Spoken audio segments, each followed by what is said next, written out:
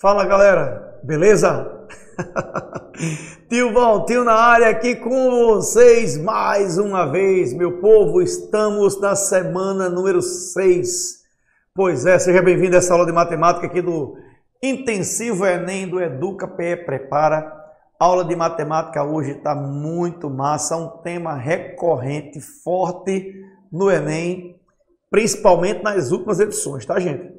Então, trago para vocês aqui, inclusive, além da nossa aula, durante a nossa aula, a resolução de questões também da última prova do Enem 2022. Então, fica ligado na aula, fica ligado aos detalhes que eu vou passar para vocês hoje dessa revisão e a gente vai até o fim. Hoje, planejei para vocês 2 aulas, tá certo? Aula 13, que é essa, e a aula 14 em seguida. Então, senta no local confortável, pega teu material, fica bem organizadinho daí que o tio Valtinho vai pedir agora, Roberto, na transmissão, tela geral, e vamos começar mais uma aula, bebê, vamos começar mais uma aula. Quero mandar um abraço para todos os meus estudantes do Casa ao Sertão e dedicar o tema da aula 13, função quadrática, beleza? Show de bola, vamos embora, vê só meu povo, função polinomial do segundo grau.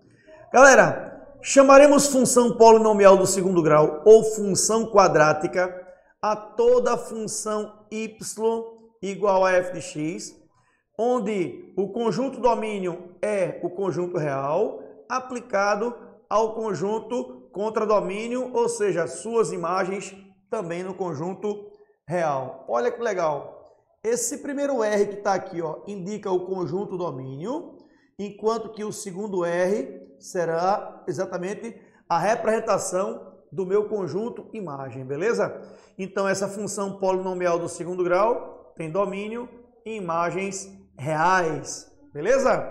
E essa função vai ser definida pela estrutura polinomial do segundo grau, de modo que eu tenha A, B e C, números reais, também chamados de coeficientes, onde A sempre tem que ser diferente de zero. Por quê, meu povo? Se esse A aqui for igual a zero, essa parte do polinômio vai ser anulada.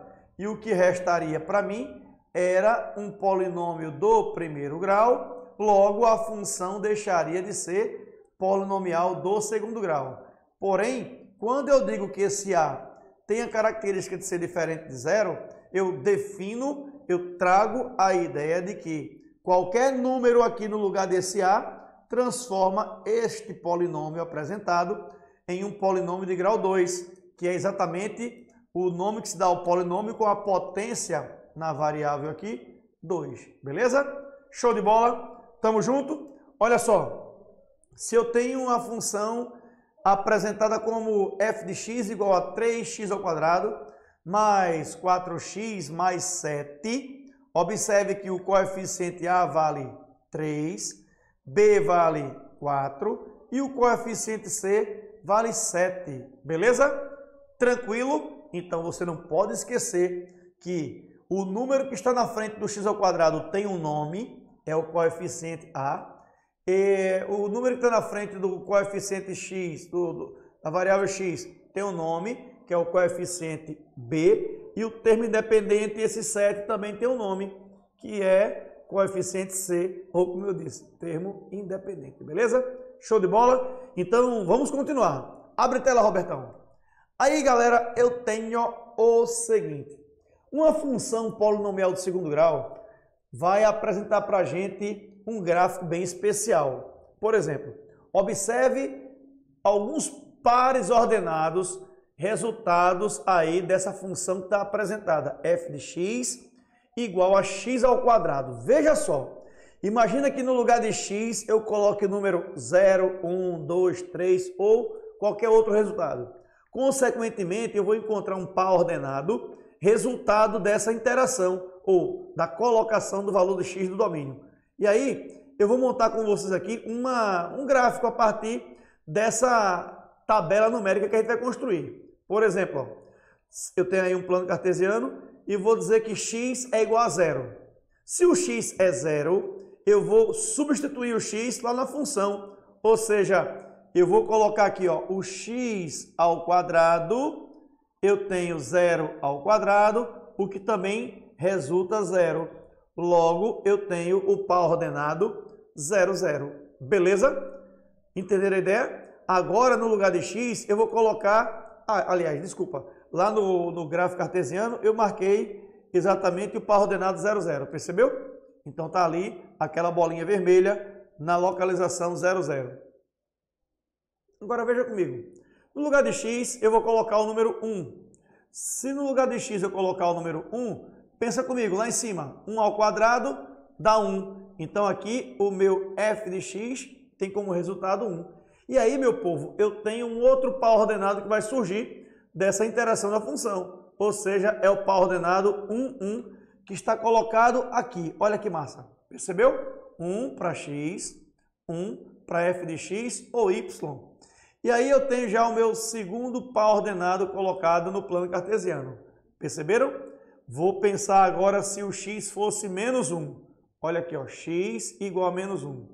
Na minha função, a gente já viu, ó, menos 1 ao quadrado também resulta 1. Olha o par ordenado, menos 1, 1. Marquei no plano cartesiano x menos 1, y, 1. Beleza? E aí eu vou fazer o seguinte, vamos pegar o x valendo 2. Se o x é 2, a minha função lá em cima, ó, 2 ao quadrado, vai ser exatamente igual a 4. Concorda comigo? Então, eu tenho o par ordenado aí, 2, 4. E o par ordenado 2, 4 já está na posição lá na direita do plano cartesiano aqui, ó. 2 em x, olha, 2. E o 4 aqui em y, percebeu? Então, já marquei aí o meu quarto pontinho, que é o resultado do par ordenado que eu vou encontrando da interação x, y. Olha só, se eu pensar no x valendo menos 2, com certeza menos 2 ao quadrado resulta 4, eu tenho outro par ordenado, menos 2, 4, colocado aí no meu gráfico cartesiano. Vou pegar x valendo 3, 3 ao quadrado, 9, olha o par ordenado, 3, 9, está lá em cima à direita do meu gráfico cartesiano, está vendo o pontinho aí? E, consequentemente, se eu tenho x valendo menos 3, olha que legal, menos 3 ao quadrado dá 9, e eu tenho o par ordenado menos 3, 9, coloquei lá no meu plano cartesiano. Meu povo, vocês percebem que se eu unificar esses dois pontos da esquerda de vocês aí, vocês conseguem perceber que eu não conseguiria passar uma mesma reta por 3 desses pontos? Percebe? Olha, então a figura que eu vou poder resultar ligando esses pontos é uma figura mais ou menos assim. Agora imagina se entre cada um par ordenado, cada um valor de x desse, eu colocasse números decimais. Você percebe que essa curva ficaria muito mais perfeita? Pois é, meu povo, o gráfico de uma função polinomial de segundo grau é essa curva que a gente está vendo aí. Ela vai ser bem mais arredondada do que simplesmente uma ligação em linha reta que eu comecei a desenhar para vocês aqui, ó. Essa curva, meu povo, recebe o nome de parábola. E aqui é essa figura que a gente vai pensar nas características dela no restante da aula, beleza? Decora bem, gráfico de uma função polinomial de segundo grau é uma parábola, beleza? Ela pode ter a concavidade aberta para cima ou a concavidade aberta para baixo. Já veremos as características da equação ou da função polinomial de segundo grau que tornarão essa parábola com a concavidade para cima ou para baixo, beleza? Olha só, meu povo, o gráfico de uma função quadrática será sempre definido por uma parábola. Olha o nome dela, parábola. Quando o coeficiente A é maior que 0, a parábola terá concavidade voltada para cima. Olha o desenho da parábola aí, meu povo. Importante você perceber a concavidade aberta para cima. Robertão, vem para cá. Como se você dissesse assim, ó. Obrigado, meu Deus. É o Luva de Pedreiro, beleza? É a função do Luva de Pedreiro. Obrigado, Jesus, obrigado, Senhor. É assim, né? Que ele faz? Então, essa função aí, ó, do sorrisinho vai ser pra gente a função polinomial de segundo grau, cujo coeficiente A é maior que zero, é positivo, tá certo? Ah, professor, não entendi esse coeficiente A que o senhor quer dizer. F de x igual a, olha só, ax ao quadrado mais bx mais c. Se esse número na frente do x ao quadrado for positivo, a parábola tem abertura para cima, beleza? Show de bola? Agora veja o que acontece quando o A é negativo. Olha aqui, ó. Quando o coeficiente A é negativo, a parábola terá concavidade voltada para baixo. É exatamente a figurinha triste, olha que legal. Aí eu tenho a parábola com a concavidade voltada para baixo por causa do coeficiente A negativo, beleza? Show de bola? Perfeito. Como assim, Walter? Deixa eu dar um exemplo numérico aqui, ó. Se eu tivesse menos 3x ao quadrado mais qualquer outro resultado aqui para complementar a função, observe que o coeficiente na frente do x é menos 3. Logo, a parábola teria essa concavidade aqui aberta ou voltada para baixo, beleza? Show de bola? Tranquilo? Vamos continuar. O termo C, meu povo, de uma função polinomial de segundo grau, é conhecido como o termo independente e indica o ponto de intersecção da parábola com o eixo das ordenadas. Olha que legal. Se eu tenho uma função quadrática, nessa estrutura que está aí, f de x igual a ax ao quadrado mais bx mais c. Observe que aí eu tenho o gráfico dela com a concavidade para cima. Você percebe que existe um ponto de intersecção entre a parábola e o eixo y. Eixo y e a parábola tem um ponto de intersecção. Com certeza, esse ponto é exatamente o nosso coeficiente C, ou termo independente, beleza? Então, fica atento a essa dica. O termo C é o ponto de intersecção entre parábola e o eixo das ordenadas, eixo Y. Então, se numa função qualquer esse C for igual a zero, você sabe que a parábola vai tocar o eixo Y no ponto zero, na origem do sistema cartesiano. Beleza? Então, vou apagar aqui para você fazer um print dessa tela, que essa tela é bem importante para a aula de hoje. Massa? Show de bola? Printou a tela e agora a gente vai trazer para você aqui um aplicativo chamado GeoGebra. Esse aplicativo GeoGebra, Robertão, me coloca naquela composição lateral. Esse aplicativo GeoGebra, ele é muito massa, cara.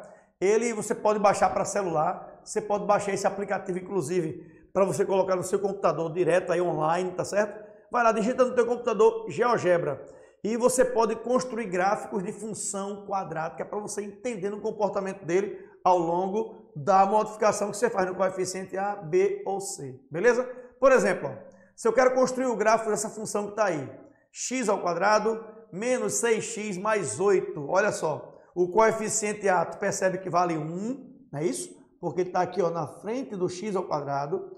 O B vale menos 6 e o C vale 8. Tu consegue ver isso aí? Tudo tranquilo? Então veja, o coeficiente, galera, é o número que está na frente do valor x. Beleza? Então vamos começar a pensar direitinho nessa função. Olha só, eu vou digitar lá na base do GeoGebra, lá na base, a estrutura que eu quero representar pela função. Olha, x acento circunflexo 2 menos 6x mais 8. Matemática não chama de acento circunflexo, chama de chapeuzinho. X, chapeuzinho 2 menos 6x mais 8. E aí você pega esse resultado na entrada e a função vai aparecer para você com esse gráfico aí, ó. Lá à esquerda, na esquerda, lá em cima, foi construída para a gente a nossa função, que eu queria representar aqui no meu gráfico, tá certo? E aí, com certeza, você tem o gráfico construído pelo GeoGebra de maneira muito bacana. Tu percebe que não tem aí nada reto, é tudo uma curva muito sutil, muito bacana. Então, a gente tem essa característica na parábola, tá certo?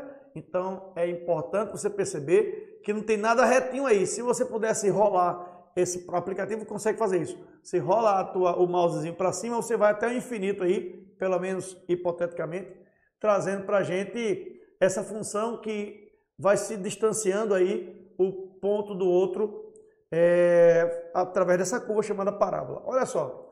Então, nesse sentido, lembra que eu falei para vocês que o termo independente, que é no caso aqui o 8, ele seria o ponto de intersecção da parábola com o eixo Y. Então, fica ligado nessa ideia, tá certo? E aí a gente tem ali o termo independente igual a 8 como ponto de intersecção da parábola com o eixo Y. Vê só, meu povo. Vou trazer para vocês agora um pouco de destaque falando sobre zeros ou raízes de uma função quadrática. Vê só. Os zeros de uma função quadrática serão os valores de x que anulam f de x, ou seja, que tornam o y igual a zero. Dessa forma, quando eu fizer f de x igual a zero, eu tenho exatamente o valor da raiz. Eu vou encontrar o valor x que torna o f de x igual a zero. Graficamente, os zeros de uma função quadrática são as abscissas dos pontos em que o gráfico dessa função intersecta o eixo x. Por exemplo, x1, x2. Quando eu faço f de x igual a zero, eu posso encontrar x1 e x2, que são os pontos de intersecção da parábola com o eixo x. Fica ligado nisso, tá? Esses pontos são chamados de raízes ou zeros da minha função quadrática. Beleza? Top! Então vamos seguir. Se existirem esses zeros ou raízes, serão calculadas através da conhecida fórmula de tio Bhaskara. Pois é, meu povo, digo para você que não foi o Bhaskara quem inventou essa fórmula ou deduziu. Ele apenas pegou um conhecimento da época e sintetizou, escreveu, redigiu isso num livro, numa coletânea de matemática que ele estava compilando naquela época, beleza? Então a fórmula de Bhaskara é conhecida em outros países como equação resolutiva da função quadrática ou fórmula resolutiva da função quadrática, beleza? Então fica ligado que fórmula de Bhaskara só é conhecida aqui no Brasil, mas como você está se preparando no Enem aqui no nosso Brasil, vai lá, fórmula de Bhaskara, beleza? Então observe, o delta da fórmula tu sabe que é chamado de discriminante da função. Esse delta é muito importante para a gente, mas eu vou mostrar para você aqui como a gente faz para calcular as raízes de uma função quadrática. Observa, eu vou fazer o seguinte, definir o coeficiente A valendo 1, B valendo menos 6 e C valendo 8. Show de bola! E aí eu preciso calcular o delta. O delta da função quadrática ele é dado por B ao quadrado menos 4 vezes A vezes C, onde B eu vi que era menos 6 ao quadrado, menos 4 vezes 1, que é A, e vezes 8, que é o C. Olha, isso aqui vai dar um número só, tá certo? Então, dessa forma, eu terei o seguinte, o delta vai ser menos 6 ao quadrado dá 36, menos 4 vezes 1 vezes 8 dá 32. Achei o delta valendo 4. Então, quando eu tenho o delta 4, também tenho A, B e C conhecidos, fica muito fácil aplicar na fórmula de Bhaskara e encontrar exatamente o valor ou os valores para x. Me coloca naquele enquadramento lateral. E aí, meu povo, perceba o seguinte, se A, B e C conhecido além do delta, vou aplicar agora na fórmula de Bhaskara. Olha que legal, vem comigo. Pensa comigo. O B é negativo, menos 6. Então fica menos 6. Olha que legal. Mais ou menos da equação, raiz quadrada do número 4, dividido por 2 vezes A, que é 1. Olha só, menos com menos, 6, fica mais 6. Olha que legal. 6, mais ou menos, raiz quadrada do número 4 dá 2, dividido por 2. Daí, meu povo, eu tenho duas raízes possíveis, x1 e x2. x1 será 6 menos 2 sobre 2 e x2 será 6 mais 2 sobre 2. Beleza? Tu acompanhou direitinho? Agora observe. 6 menos 2, 4 dividido por 2, encontrei a primeira raiz valendo 2. E x2, 6 mais 2, 8 dividido por 2, 4. Já sei que a equação tem duas raízes iguais a 2 e 4. Isso acontece, a gente vai ver daqui a pouquinho, quando o delta é positivo. Tá massa?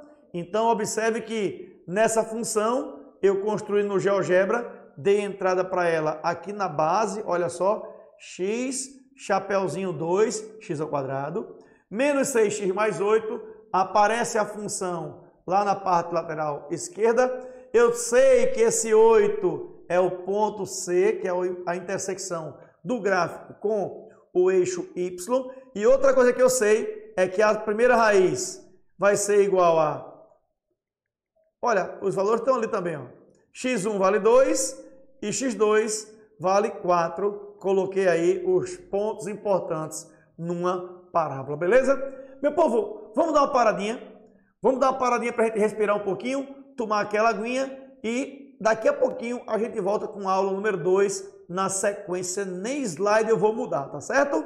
Show de bola? Então, vem com o tio Valtinho, que é pressão. Robertão, do cais ao sertão, daqui a pouquinho a gente volta, galera. Valeu!